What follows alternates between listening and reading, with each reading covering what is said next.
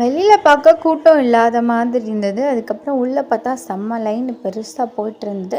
ரூபரகங்கை தீர்த்தத்துக்காக ரூ. 15 டிக்கெட் எடுத்து ஒரு வழியா உள்ள போயாச்சு. பார்த்தா ரொம்பவே டிஃப்ரெண்ட்டா இருந்தது. ரொம்ப நாள் கழிச்சு போனனால டியூப்லலாம் தீர்த்தம் அடிச்சிட்டு இருந்தாங்க.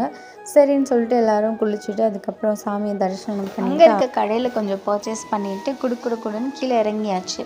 ஏறும்போது எப்போதான் வரும்னு பார்த்துட்டு இருந்தோம். இறங்கும்போது குயிக்காக இறங்கியாச்சு. அதுக்கப்புறம் கீழே இருக்க பழமுதிர்ச்சோலையில் கொஞ்சம் பிரசாதம் வாங்கி சாப்பிட்டு அழகர் கோவிலுக்குன்னே சில பஸ் இருக்கும். ஸோ அதில் ஏறி இறங்கி அதுக்கப்புறம் வீட்டில் கட்டின புளி சோறையும் லெமன் சோறையும் சாப்பிட்டு 18ஆம் படி கருப்பண்ணசாமி அழகர் கோவில்னு சொல்லிட்டு அப்படியே டைம் சூப்பராக பாஸ் ஆச்சு.